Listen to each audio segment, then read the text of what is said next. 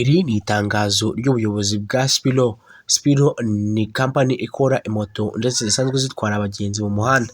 Nyuma yo kubona ko kampani ikomeje kugenda ikura inatera imbere, ubuyobozi bwa Spiro bwasohoye itangazo ku bufatanye na leta y'u Rwanda. Nyuma y'uko bagiye gukora ibyo bwabwa kugira ngo imodoka zisanzwe zitwara abagenzi mu muhanda ziyongere, ndetse abantu bazajya babona uburyo bagenda, ndavuga zino modoka za bisi, abantu bajya babona uburyo bagenda bakoresheje ingendo za make badahezwe.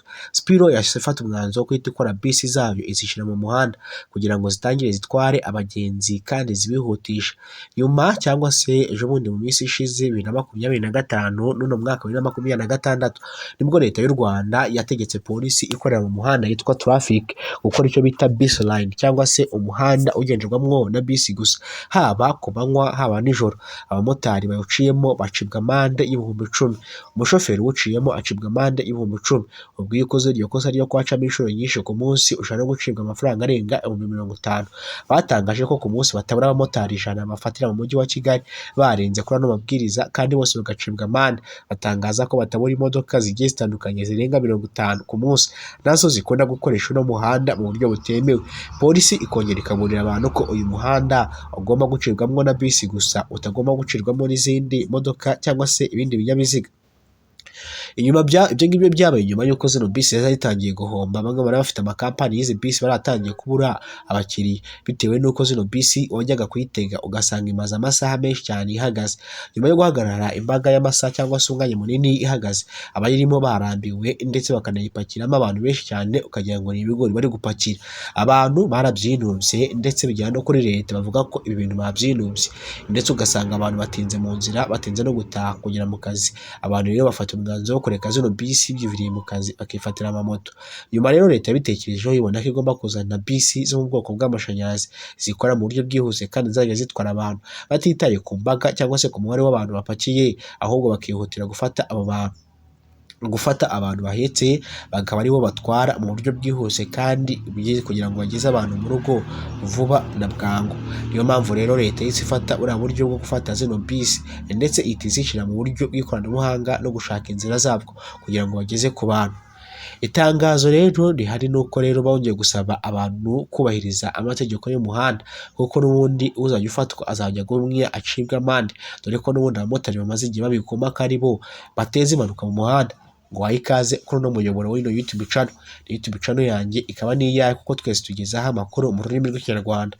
Niba ntacyo bigutwaye kanda buto yanditseho subscribe, niba ntacyo bigutwaye ukande like kuri ino video mu rwego kugira ngo ugaragaze ko wayikunze, niba ntacyo bigutwaye sharinge ku bandi bagende kumva buno butumwa haba mu Rwanda ndetse no hanze yarwo, niba ntacyo bigutwaye ujye muri comment uduhe ibitekerezo byawe nk'inyunganizi cyangwa se igitekerezo ushaka kutubwira n'ukuri kubyumva. Twihute cyane twiyumvire ku bya Spiro. Spiro ni kampani ikora moto ndetse yanakoze moto gusa y'Abahinde.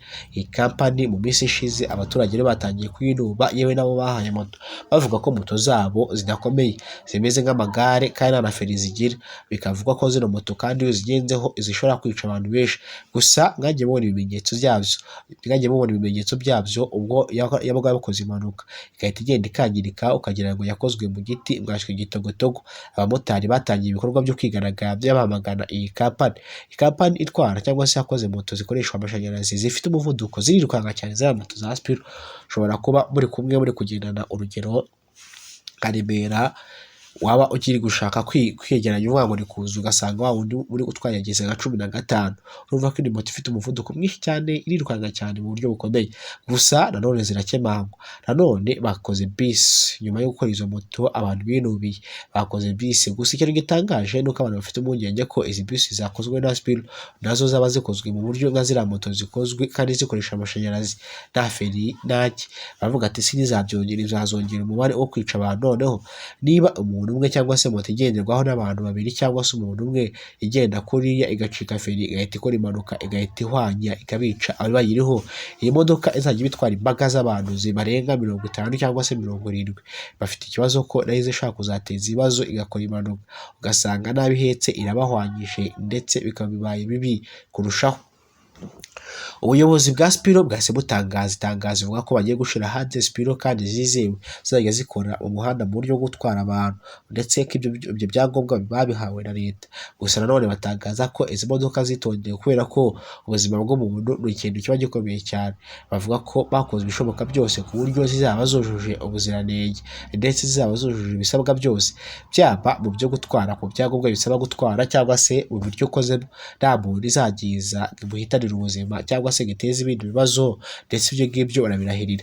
Nyuma ubwo Spiro yaje gutangaza cyangwa se ishyira hanze ibiganiro bigaragaza uburyo zino moto zikorwamo ndetse n'uburyo zitangirwamo gukorwa, ndetse banabwira abantu ko nta kibazo gihari ku muntu urimo urakoresha iyi moto itabiteze kumwica cyangwa se kumwivugana, biterwa n'uko wayitwaye ayikoresheje. Banasaba abantu kureka kugumya bakwirakwiza ibihuha byo kwangisha abantu Spiro kubera ko nazo ni moto zitondewe zidahenda kandi zidakoresha isasi nyinshi kubera ko zikoresha batiri, amashanyarazi, kandi haba hari amasitasiyo agenda atanga izo batiri. Ndagushimiye cyane wowe udasiba kutwumva. Bari Corine, wowe wakanze buto yanditseho subscribe ntacyo bigutwaye, kanda share na like na comment. Tuze guhura mu bindi biganiro bikurikiyeho dore ko ari akagaruka kandi gahoraho duhora tukugezaho.